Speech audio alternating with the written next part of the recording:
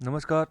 स्वागत है आप सबका द इकोनॉमिस्ट में। तो चलिए फर्स्ट आर्टिकल डिस्कस करते हैं। तो फर्स्ट आर्टिकल में ऑथर बात कर रहे हैं don't fetishise finished goods, components more vital for self reliance.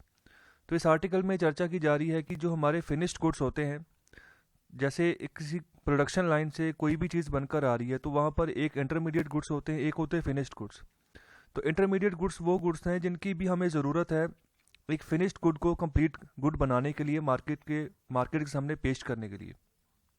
तो अगर हमने सपोज करो एक कंप्यूटर बनाना है एज ए फिनिश्ड गुड, तो उसके लिए उसके अंतर्गत जो कंपोनेंट लगते हैं, जो इंटरमीडिएट गुड्स हैं, वो उसकी भी रिक्वायरमेंट होती है। तो और वो इंटरमीडिएट गुड्स जो है वो हम डोमेस्टिकली भी प्रोड्यूस करते हैं, लेकिन मोस्टली जो ये आते हैं इनको हम इंपोर्ट करते हैं बाहर से। और अगर बात करें इलेक्ट्रॉनिकली, तो ये तो ज़्यादातर इंपोर्ट हमारा चाइना से ही होता है क्योंकि सस्ता पड़ता है। तो यहाँ पर सरकार, यहाँ पर एक प्रपोज है, बजट जो आने वाला है उसमें ऐसा हो सकता है कि जो हमारे फिनिश्ड गुड्स हैं उनकी प्रोडक्शन बढ़ाने के लिए उनकी यहाँ पर टेक केयर के करते चलते कि हमारे यहाँ कंपटीशन ना बढ़े बाहर की इकोनॉमिक्स का आकर, तो जो भारत सरकार है वो इम्पोर्ट टैरिफ बढ़ा सकती है जो रॉ मटेरियल्स हैं और जो इंटरमीडिएट्स हैं। ओके। और जहाँ इंटरमीडिएट्स, जहाँ फिनिश्ड गुड्स के बीच में जो भी आते हैं, ओके, एक प्रोडक्शन लाइन के अंतर्गत, तो वहाँ पर टैरिफ ड्यूटी बढ़ा सकती है, जिससे क्या होगा, ये महंगे हो जाएंगे अगर इम्पोर्ट ड्यूटी बढ़ती है सरकार के द्वारा।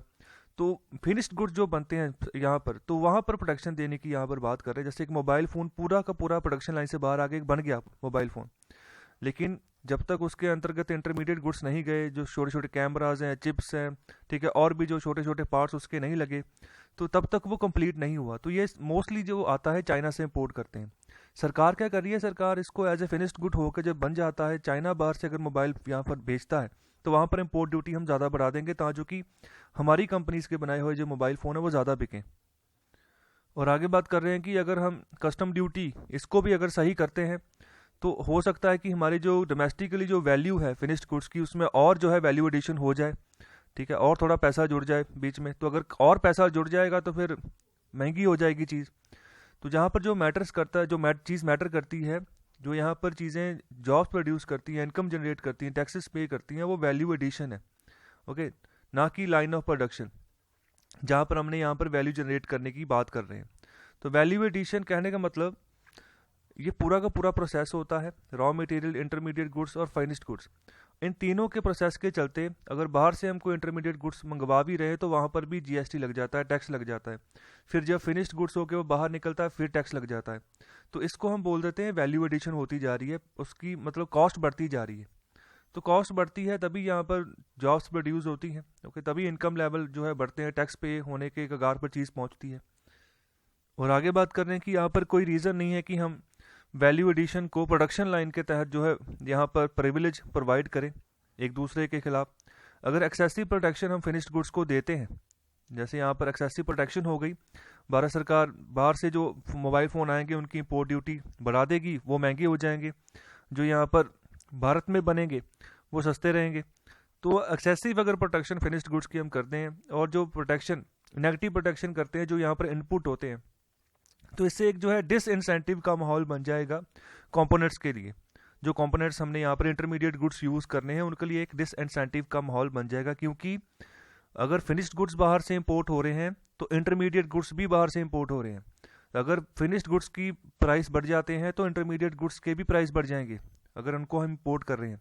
जैसे कंपोनेंट्स मोबाइल फ़ोन के हो गए, ओके, फॉर एग्जांपल, जो हम ऑलरेडी जो है इनकी शॉर्ट सप्लाई चल रही है भारत में।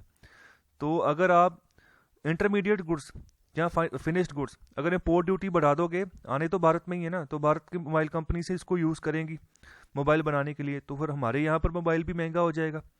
ओके। तो फिर यहाँ पर अगर हमारे यहाँ मोबाइल महंगा हो जाएगा तो फिर प्राइस तो लेवल ही पहुँच जाएगा, चाहे चाइना का बना हुआ मोबाइल यहाँ पर आया चाहे हमने यहाँ पर बनाया। तो फिर बात तो वही रह जाएगी अगर हमने इम्पोर्ट ड्यूटी बढ़ाई भी तो यही बात यहाँ पर समझाने की कोशिश कर रहे हैं ऑथर। तो अगर आप वैल्यू एडिशन करते जा रहे हो किसी भी प्रोडक्ट का, टैरिफ बढ़ाकर, टैरिफ की दीवारें खड़ी करके, तो वो अनुकूल नहीं रहेंगी, ओके, इन कंपोनेंट्स के। तो अगर एवरेज टैरिफ यहाँ पर अभी जो चल रहा है 14% का है, तो ये बहुत ज़्यादा टैरिफ है। तो इससे आप ग्रेटर प्रोटेक्शन तो अपने यहाँ पर जो फिनिश्ड गुड्स बनेंगे उनको प्रोवाइड कर दोगे, लेकिन इसका कोई फ़ायदा इतने बड़े पैमाने पर नहीं होगा, ओके। तो इसको रिवर्स करने की ज़रूरत है। तो यहाँ पर एक केस यहाँ पर डिस्कस कर रहे हैं रिफॉर्म्स का। तो 1991 में जब हमारे यहाँ एलपीजी रिफॉर्म्स आए थे, तो वहाँ पर हमने स्टार्ट किया था लोअर कस्टम ड्यूटी से।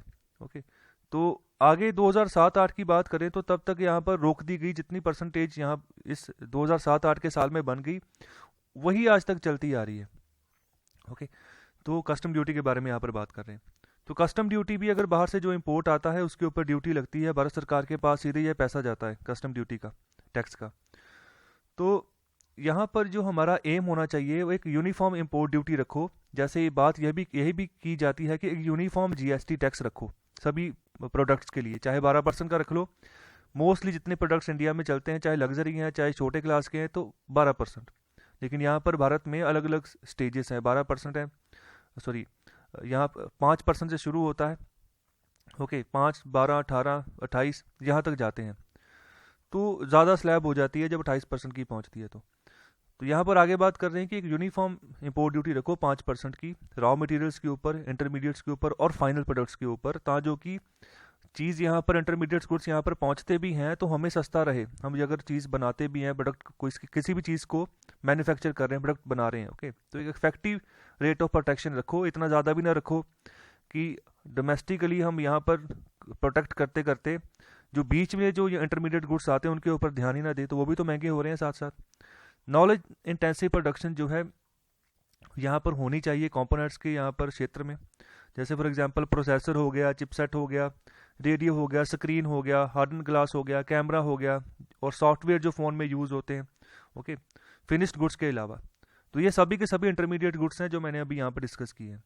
इसके अलावा जो हम डिसइंसेंटिवाइज करेंगे, जो प्रोडक्शन होते, जो कंपोनेंट्स होते हैं प्रोडक्शन के, कि वैल्यू एडिशन को हम प्रमोट करें फाइनल स्टेज में, तो इसका मतलब यही है कि हमारा जो एम्बिशन है बहुत लो है, एम्बिशन का साइन बहुत लो है। जो टेक्नोलॉजिकली जो यहाँ पर मास्टरिंग हम करना चाहते हैं उसके लिए हमारा ध्यान यहाँ पर नहीं है। अगर हम डिसइंसेंटिवाइज करके चलते हैं इन कंपोनेंट्स की वैल्यू एडिशन को, ओके, अगर सपोर्ट नहीं करते हैं इनको, तो अगर हम रिडक्शन करते हैं इम्पोर्ट ड्यूटीज़ में, तो यहाँ पर काफ़ी फ़ायदा जो है होगा, ख़ास तौर पे जो हमारा प्रोड्यूसर होगा, ठीक है, उसको कम खर्चा आएगा, कम लागत आएगी चीज़ बनाने में, और जो है अट्रैक्टिव बेस एक बनेगा एक्सपोर्ट प्रोडक्शन के लिए। अगर कम खर्चा आएगा तो बाहर जाके एक्सपोर्ट भी कर सकते हैं, इंडिया के बाहर एक अच्छी एक्सपोर्ट मार्केट हम बना सकते हैं।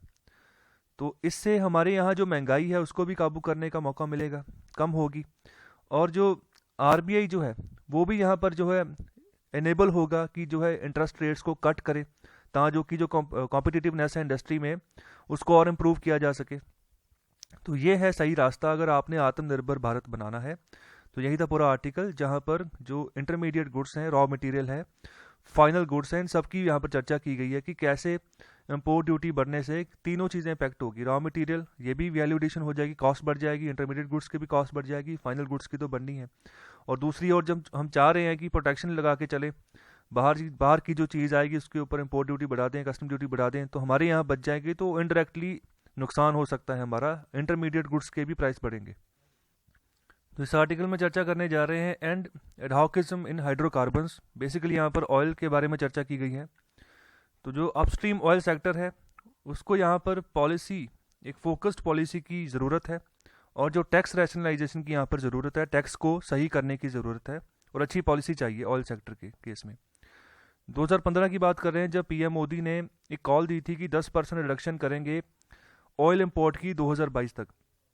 कहने का मतलब कि 10% जो है इम्पोर्ट कम करेंगे हम 2022 तक। लेकिन अब जो अभी का फैक्ट जो नज़र आ रहा है वो ये है कि डिपेंडेंसी जो है रिकॉर्ड हो चुकी है हमारी, इम्पोर्ट डिपेंडेंसी बाहर के नेशंस के ऊपर जो ऑयल प्रोड्यूस करते हैं, ये 84.5% तक चली गई है। इतना जो है हम डिपेंडेंट हैं, इतना जो तेल भारत में जितना भी प्रोड्यूस होता है 84.5% हम बाहर से इंपोर्ट कर रहे हैं अभी। किसी समय ये 80% था और बढ़ गई डिपेंडेंसी। तो इसका मेन रीज़न यहाँ पर बताया जा रहा है कि डोमेस्टिकली जो हम क्रूड ऑयल प्रोडक्शन करते हैं उसमें कमी आ गई है। और दूसरी बात यह है कि जो ऑयल प्रोडक्शन का सेक्टर है भारत में, ये सबसे ज़्यादा टैक्स जो है, सबसे मोटा टैक्स जो लगता है इसी सेक्टर के ऊपर लगता है। भारत की सरकार 60% टैक्स लगाती है। तो जो हमारे यहाँ तेल पहुँचता है, पेट्रोल डीजल जो आप यूज़ करते हो, तो मान के चलो कि 60% जो है पैसा भारत सरकार के पास जा रहा है। एक्चुअल में जो प्राइस आ रहा है पीछे से वो बहुत कम है, क्योंकि इंटरनेशनल मार्केट में जो क्रूड ऑयल के प्राइसेस हैं काफ़ी गिर चुके हैं, कंपटीशन बहुत ज़्यादा हो चुका है इंटरनेशनल मार्केट में। बहुत सारे ऑयल के जो हैं रिसोर्सेस हैं आपस में ही वो कंपटीशन करते करते उन्होंने प्राइस बहुत कम कर दिया है प्रति बैरल, जो इनका भाव होता है डॉलर के हिसाब से। जो हैवी टैक्स रजीम है, जो हमारे यहाँ बहुत ज़्यादा बड़े पैमाने पर टैक्स लग रहा है, वो भारत सरकार के लिए एक ह्यूजली कैपिटल इंटेंसिव सेगमेंट है। काफ़ी बड़ा पैसा आता है भारत सरकार के पास इसके तहत। दूसरी और बात कर रहे हैं कि जो पॉलिसी फ्लिप फ्लॉप्स यहाँ पर हो जाती हैं, अच्छी नीतियाँ नहीं हैं हमारे पास, बहुत ख़राब नीतियाँ हैं, जिस तरीके से हम आगे बढ़ सकते हैं ऑयल और गैस ब्लॉक्स के क्षेत्र में, वहाँ पर हमें कमी यहाँ पर देखने को मिलती है। और तो भारत में भी उनकी रुचि काफ़ी बड़ी है। जो भारत के यहाँ पर गैस ब्लॉक्स है वहाँ पर, और जो इंडियन ऑयल है वहाँ पर, जो बाहर के जितने भी ग्लोबल ऑयल मेजर्स हैं जो बड़े पैमाने पर तेल की प्रोडक्शन करते हैं, तो सऊदी अरामको एक ऐसी कंपनी है जो वर्ल्ड की सबसे बड़ी कंपनी मानी जाती है ऑयल प्रोडक्शन में। सऊदी अरेबिया की कंपनी है ये वाली। तो भारत की अगर बात करें तो भारत में भी गैस ब्लॉक्स के बहुत बड़े बड़े यहाँ पर भंडार हैं। अभी तक हमने नेचुरल गैस जो है यूटिलाइज़ करनी शुरू नहीं की है। हमारे पास बहुत बड़े बड़े भंडार हैं, बहुत सारे स्रोत ऐसे हैं जो ऐसे ही पड़े हुए हैं। तो भारत जो यहाँ पर नीति अपनाकर चलता है वो है ज़ीरो इफेक्ट ज़ीरो डिफेक्ट। मतलब कि जो भी प्रोडक्ट हम यहाँ पर बनाएं उसमें डिफेक्ट भी कोई ना हो, और उस प्रोडक्ट के बनाते के चलते हमारे एनवायरनमेंट को कोई इफेक्ट भी ना हो। ओके, तो ये भी नीति हमारी होती है। ये भी एक रीज़न है कि मेजॉरिटी बाहर से हम चीज़ें इंपोर्ट कर लेते हैं। अगर कोल की भी बात करें, 1 लाख करोड़ का जो है हम कोल बाहर से इंपोर्ट करते हैं, हालांकि हमारे यहाँ बहुत बड़े पैमाने पर कोल मौजूद है। आगे बात कर रहे हैं टैक्स रेजीम की, जो प्री NELP है। मतलब एक पॉलिसी आई थी, न्यू एक्सप्लोरेशन लाइसेंसिंग पॉलिसी। तो इससे पहले का जो टैक्स रेजीम था उसकी बात कर रहे हैं। ये वाली पॉलिसी 1997-98 में कंसेप्चुलाइज हुई थी कि ऐसी पॉलिसी हो सकती है, और 1999 में ये पॉलिसी इंप्लीमेंट हुई थी। तो इससे ऐसी चीज़ लगी कि बहुत ज़्यादा जो है ब्याज जो है निकाला जा रहा है, बहुत ज़्यादा इंटरेस्ट लिया जा रहा है पैसे का। तो यहाँ पर आगे बात कर रहे हैं कि हम इसको अगर माइंड ना भी करें तो भारत जो है इस पॉलिसी के तहत जो है हमने क्रूड ऑयल की प्रोडक्शन करनी स्टार्ट की। ओके, तो भारत जो है यहाँ पर उसको अपने ऑयल के भंडार में ले आने वाले 3 डिकेट्स में, बारमेर राजस्थान में, जो कि यहाँ पर ऑपरेट किए जाते हैं कैन इंडिया के द्वारा। तो अगर फैक्ट की बात करें तो कैन अभी भी जो है 25% जो है जो हमारा ओवरऑल डोमेस्टिक ऑयल आउटपुट निकालती है अभी तक के लिए। और आगे बात कर रहे हैं कि हालांकि अभी जो ग्लोबल ऑयल प्राइसेस हैं उनकी रेंज जो है $50 प्रति बैरल के अराउंड चल रही है।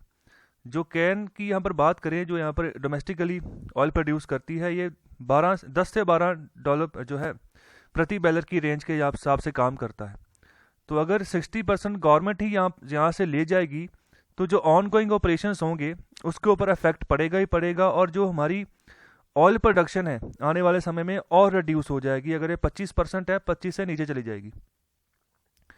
तो यहाँ पर सबसे पहली बात क्या करना चाहिए कि जो सेस लगाया हुआ है, जो डोमेस्टिक क्रूड आउटपुट होती है, इसके ऊपर सेस लगाया हुआ भारत सरकार ने, उस सेस को रिमूव करना चाहिए। तो सेस भी एक तरह का टैक्स होता है जिसका पैसा जो है उसी पर्पस के लिए लगाया जाता है जिस पर्पस के लिए सेस होता है। फॉर एग्जांपल कोई एनवायरमेंटल सेस होता है, कोई एजुकेशन सेस होता है, कि सेस से जो पैसा आएगा उसको जहाँ तो एजुकेशन के लिए यूज़ कर लेंगे, जहाँ एनवायरनमेंट को सही करने के लिए यूज़ कर लेंगे। तो इस तरीके से सेस लगता है।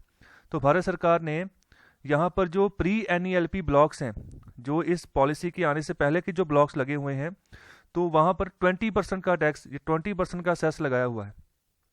ठीक है, तो एक और मार यहाँ पर लग रही है टैक्स के रूप में। तो अगर हम सेस को रिमूव करते हैं तो एक इन्वेस्टमेंट का फील्ड यहाँ पर ओपन होगा। ओके, ऑयल आउटपुट जो है उसकी प्रोडक्शन राइज होगी, तो गवर्नमेंट को भी जो है अच्छा खासा यहाँ पर टेक फिर मिल जाएगा। ओके, रेवेन्यू जो है दोबारा से अच्छे उनके यहाँ पर शुरू हो जाएंगे। लेकिन इस सेस को जो एडिशनल टैक्स यहाँ पर लगाया हुआ है उसको कम करना चाहिए, जो कि हमारी डोमेस्टिकली जो ऑयल प्रोडक्शन है वो कम ना हो।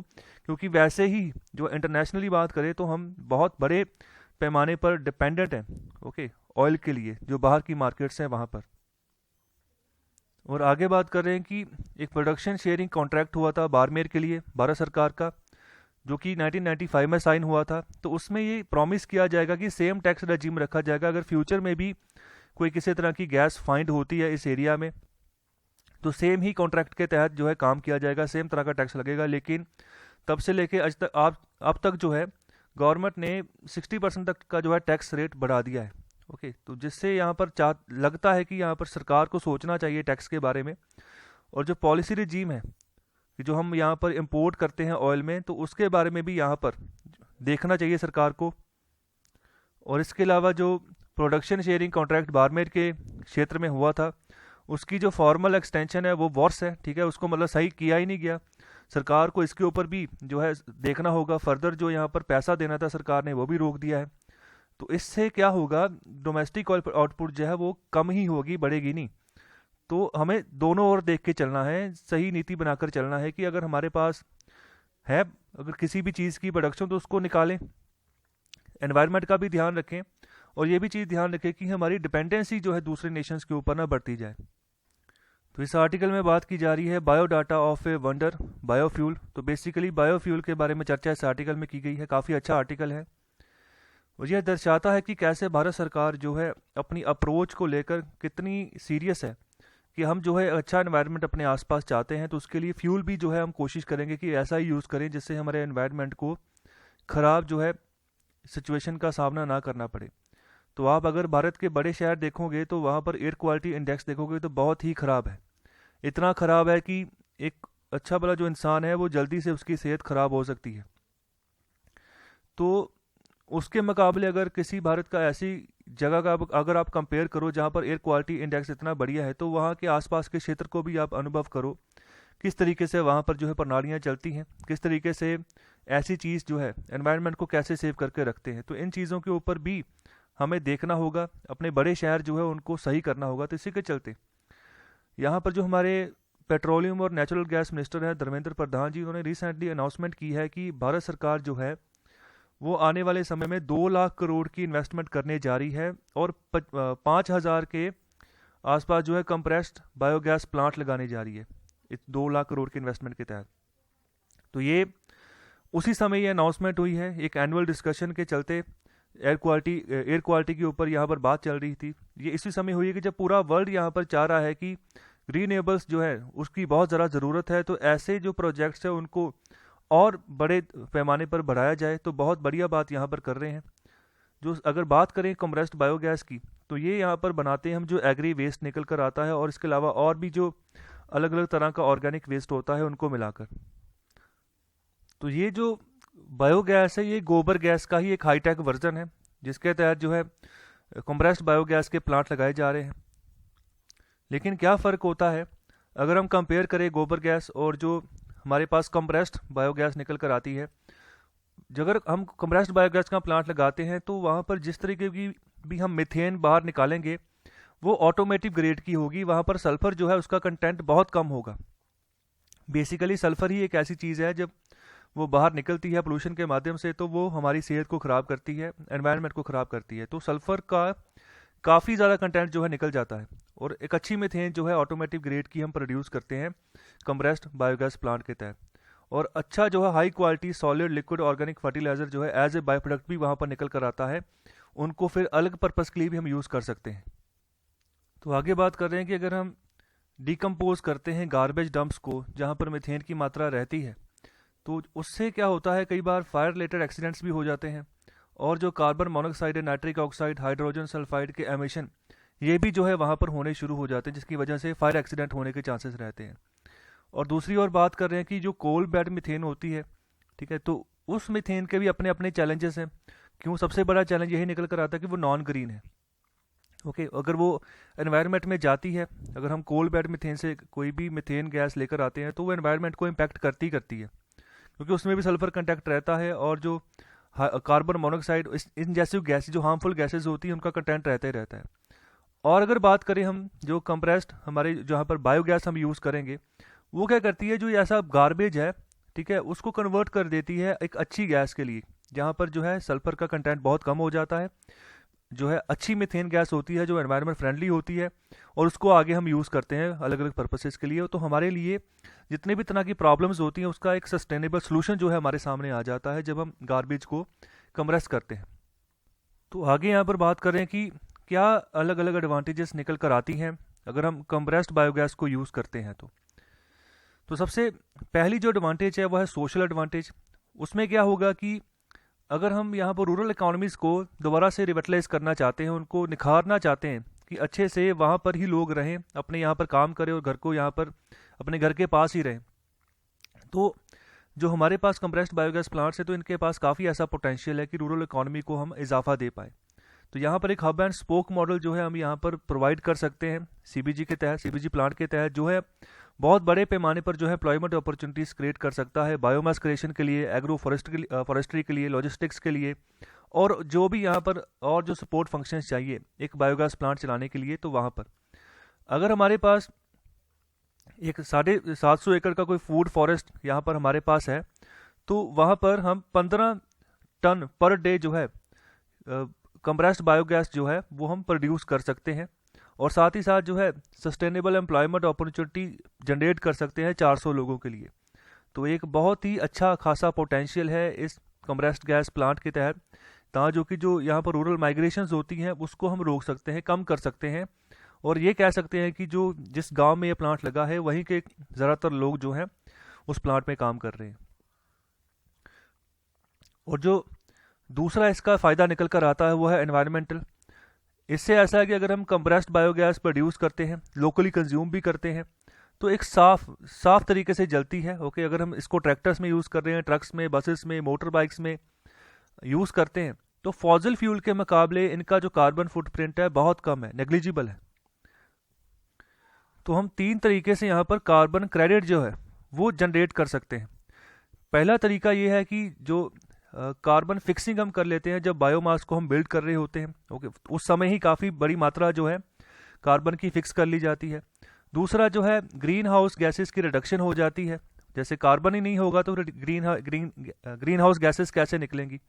तीसरा है कि जैसे मैंने यहाँ पर बोला था कि जो इसका बाय प्रोडक्ट निकलता है तो वो भी हम जो है एज ए फर्टिलाइज़र यूज़ कर सकते हैं खेतों में, तो उससे भी हम केमिकल फर्टिलाइजर्स को रिप्लेस कर देंगे। तो इन तीनों तरीके से हम कार्बन क्रेडिट जो है उसको जुटा रहे हैं, कहने का मतलब कार्बन को रिड्यूस कर रहे हैं काफ़ी बड़े मात्रा में।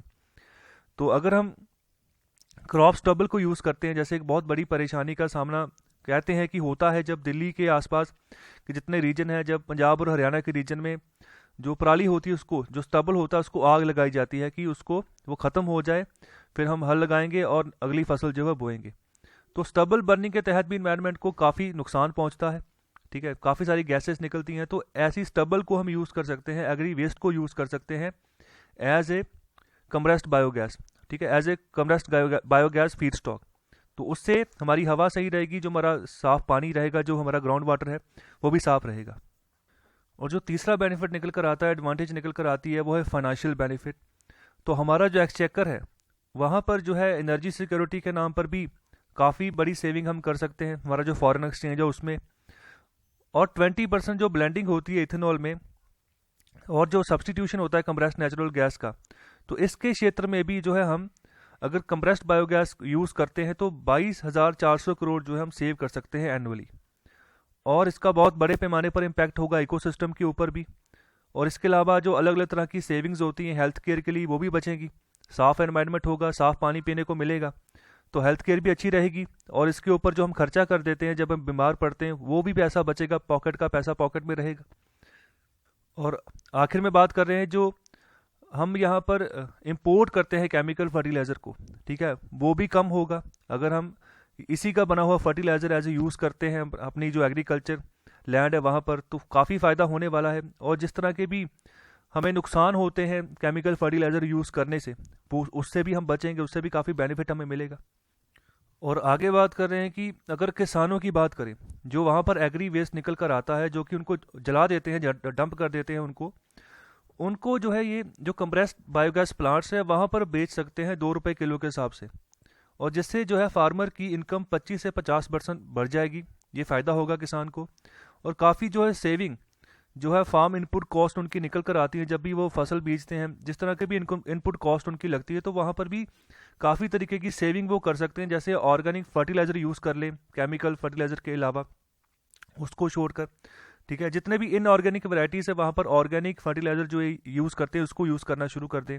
तो इससे क्या होगा कि ऑर्गेनिक जो है प्रोडक्शन हम निकालेंगे और उसके अच्छे प्राइसेस मिलने की काफ़ी ज़्यादा संभावना है। ओके, और ईजी असेस है। जो एक्सपोर्ट मार्केट्स है वहाँ पर भी जो अगर हम ऑर्गेनिकली बनी हुई चीज़ अगर सामने रखते हैं तो जल्दी चीज़ बिक जाती है, और इससे हेल्थ भी अच्छी रहेगी और वेल्थ भी अच्छी रहेगी। तो आगे बात कर रहे हैं कि अगर रूरल इकॉनमी की बात करें तो एक स्कीम चलाई जा रही है, sustainable alternative towards affordable transportation scheme. ठीक है, तो इसके तहत जो है 5,000 कंप्रेस्ड बायोगैस प्लांट्स लगाए जाएंगे, और जो है अच्छी जो है सस्टेनेबल एम्प्लॉयमेंट की अपॉर्चुनिटी मिलेगी 20 लाख लोगों को इस स्कीम के तहत। और आगे बात कर रहे हैं कि आने वाले समय में अगर सिर्फ और सिर्फ कंप्रेस्ड बायोगैस प्लांट्स की बात करें तो वहाँ पर भी काफ़ी अच्छा खासा जो है रिटर्न देखने को मिला है। 20% की बात यहाँ पर कर रहे हैं, और 30% जब इसको आप कंबाइन करोगे जो FF इनिशिएटिव्स हैं उनके साथ। तो ये FF इनिशिएटिव्स क्या है, इसके बारे में मुझे आप कमेंट बॉक्स में बताइए। और इसके अलावा जो यहाँ पर एक अट्रैक्टिव प्रोपोजिशन रखी गई है एंटरप्रेन्योर्स के लिए कि 4 साल का यहाँ पर जो है पे बैक पीरियड रखा गया है, कि जो भी इसके तहत लोन लिया जाएगा तो उसके तहत जो पे बैक पीरियड होगा 4 सालों का होगा। ओके, और जो 5,000 ये जो प्लांट लगेंगे 15 टन के, कहने का मतलब 15 टन की जिनकी कैपेसिटी होगी पर डे के हिसाब से, तो अगर इनको कंबाइन करते हैं FF के साथ तो जो अप्रॉक्सीमेट रेवेन्यू निकल कर आएगा वो निकलेगा 50 करोड़ पर प्लांट का, जिससे जो है आने वाले समय में रूरल इकॉनमी को अच्छा खासा बूस्ट देखने को मिलेगा। और जो है यहाँ पर एस्टिमेशन है वो है 1.5 लाख करोड़ का। तो अगर बात करें भारत सरकार की तो उनके द्वारा जिस भी तरह के रोड ब्लॉक्स इस सेक्टर में थे उनको हटा दिया गया है, और इन्वेस्टमेंट को इनकरेज किया गया कि इस क्षेत्र में इन्वेस्टमेंट आए। एनवायरमेंटल जो क्लियरेंसेस होगी, ओके, और जिसके अलावा जो फाइनेंस की अवेलेबिलिटी होगी तो उसके बारे में भी जिस तरीके की भी प्रॉब्लम्स थी उनको दूर करने की कोशिश की गई है। और इसके बात करें जो टेक्नोलॉजी है, ठीक है, तो वो भी यहाँ पर रेडी है रोल आउट करने के लिए। अगर बात करें कंप्रेस्ड बायोगैस प्लांट्स की तो वो भी पूरी तरह से रेडी है, किस तरीके से ये काम करेगी पूरा का पूरा इसका भी खाता तैयार है। और इन्हीं फैक्टर्स के साथ अगर सभी फैक्टर्स को हम कंबाइन करते हैं, अगर जो कंप्रेस्ड बायोगैस प्लांट्स, ठीक है, वो अगर वर्क स्टार्ट करते हैं तो हमारे जो रूरल क्षेत्र है, रूरल इकॉनमी है, तो उसके लिए एक तरह का जादू की तरह ये काम करेगी। काफ़ी अच्छा खासा बेनिफिट जो है आने वाले समय में ये क्षेत्र पहुंचाने वाला है भारत को। तो यही था पूरा आर्टिकल। तो कैसे लगे आपको आर्टिकल, कैसी लगी डिस्कशन, तो इसके बारे में मुझे कमेंट बॉक्स में आप ज़रूर बताया करिए। और अगर आपको लेक्चर अच्छा लगता है तो कृपया लाइक करिए और शेयर करें इस लेक्चर को, और ज़रा से ज़रा चैनल को सब्सक्राइब करें। बहुत बहुत शुक्रिया।